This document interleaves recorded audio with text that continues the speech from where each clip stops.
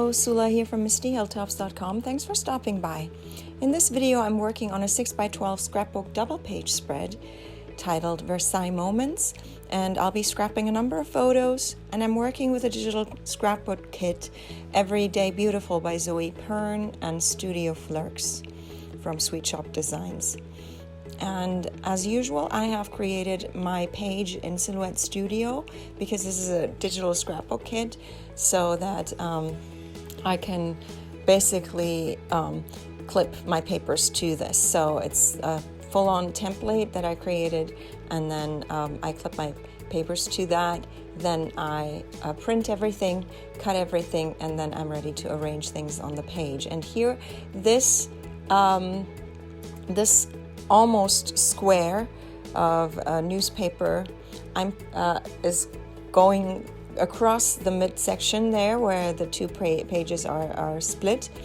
And so I'm paying attention to where the paper, because it's not centered in a balanced way. It's there's the bulk of it will be on this side, and then there's a lot more that's going on the other side. And I didn't put glue everywhere because I wanted to make it easier on me with first gluing down one page, and then once this page is glued down, or this paper, then I can glue this paper on the other page more easily. So, because then all I need to do is align the two papers rather than keep the two pages just trying to keep them aligned while my hand's moving them around and everything. So that's what I'm doing there. And then I have this flower strip of paper that goes onto this striped piece of paper.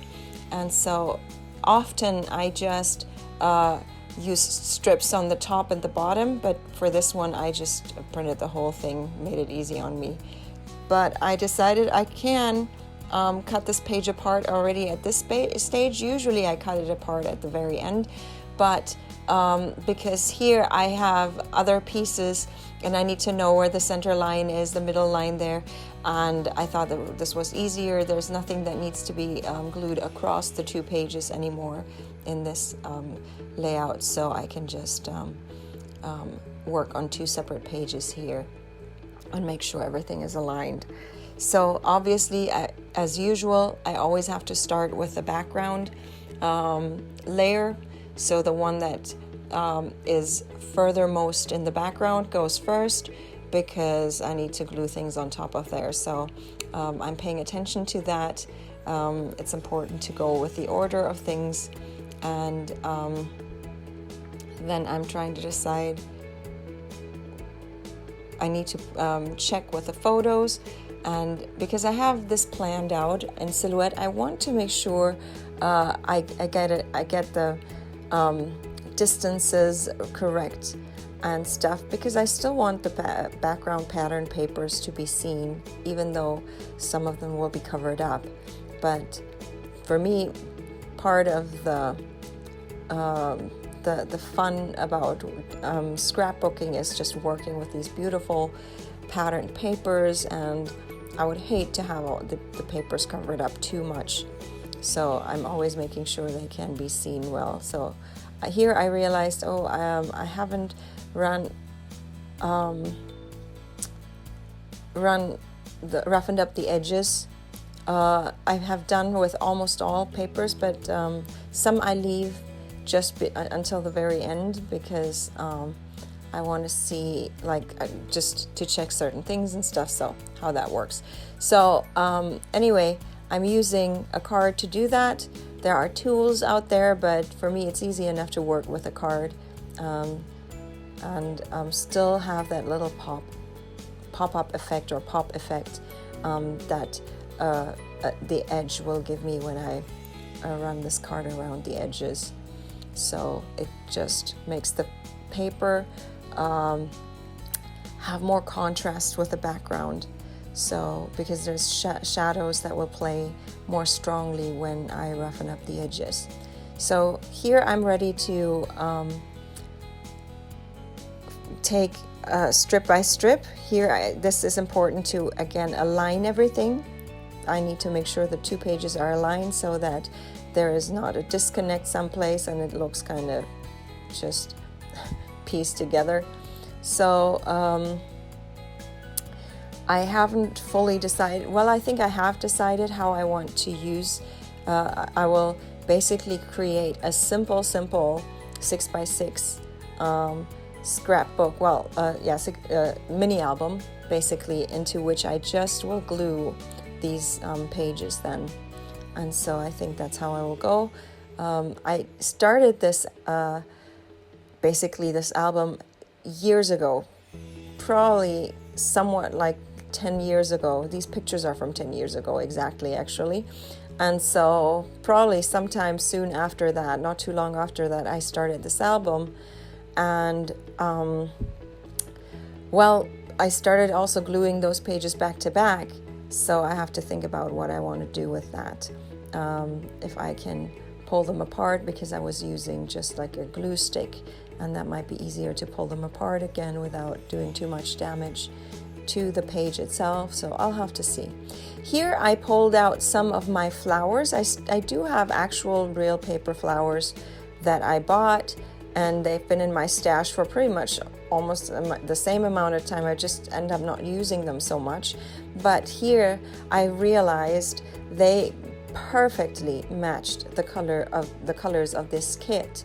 There was this kind of purple pink going on in the colors of the kit, and so these flowers were just a perfect match for that.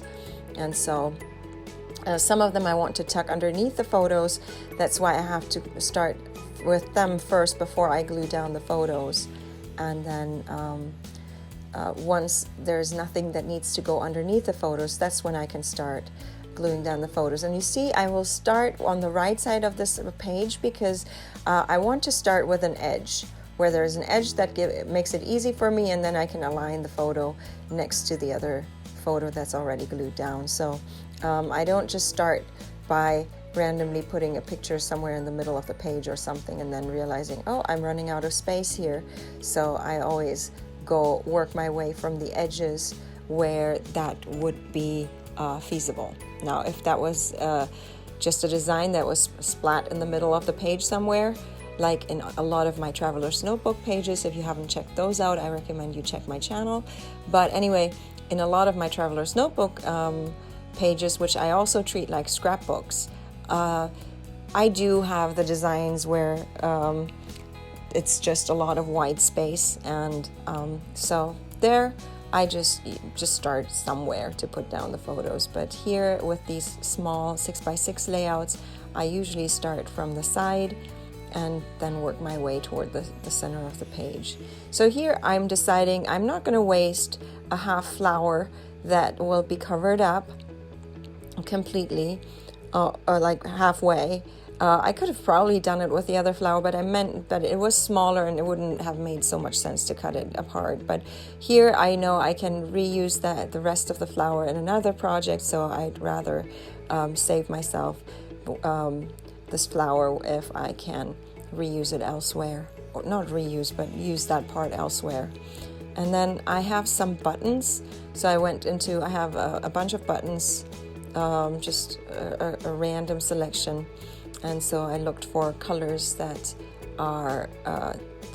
were similar with the kit there, and I'm still trying to decide how to cluster things there.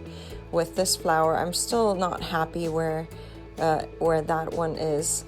It just looks tucked in there where it shouldn't even go, and so I